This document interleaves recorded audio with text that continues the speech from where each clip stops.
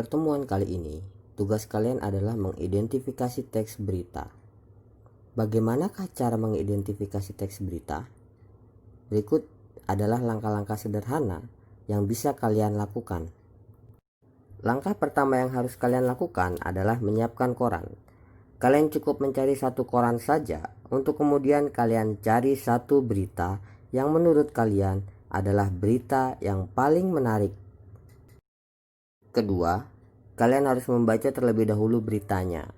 Setelah menentukan beritanya dan kalian baca, pastikan berita yang kalian pilih itu lengkap dan tuntas. Kemudian foto seperti gambar di samping. Jika kurang, usahakan semua berita yang masuk dalam berita tersebut utuh, tidak terpotong. Setelah kalian baca beritanya hingga tuntas, siapkan buku tugas, karena tugas dikerjakan di buku latihan. Ingat, pelajaran saya ada 2 buku, yaitu buku catatan dan juga buku latihan. Selanjutnya, kalian tulis identitas berita, yaitu judul berita, nama koran, dan tanggal terbit koran tersebut. Setelah selesai, kita bisa mulai proses identifikasi. Pertama, mulai dengan menulis dulu kaidah-kaidah teks berita yang sudah kita bahas di video sebelumnya. Tujuannya agar mempermudah kalian untuk menentukan kalimat-kalimat yang bisa dipakai. Selanjutnya, kalian tentukan kalimat di dalam teks berita yang masuk ke dalam kaidah-kaidah yang sudah kita pelajari melalui video sebelumnya.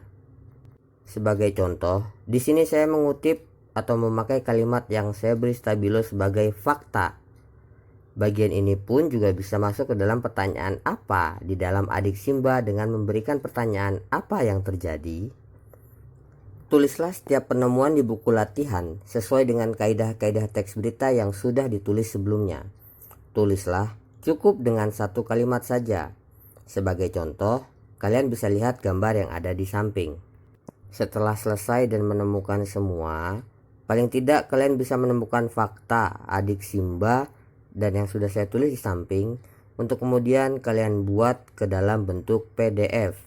Apa saja yang harus ada di dalam PDF? Pertama adalah berita yang kalian pilih, itu harus ada di dalam PDF. Kemudian hasil identifikasi kalian. Kirim seperti video tutorial di pertemuan sebelumnya. Jika bingung, silakan melihat kembali video tutorial sebelumnya.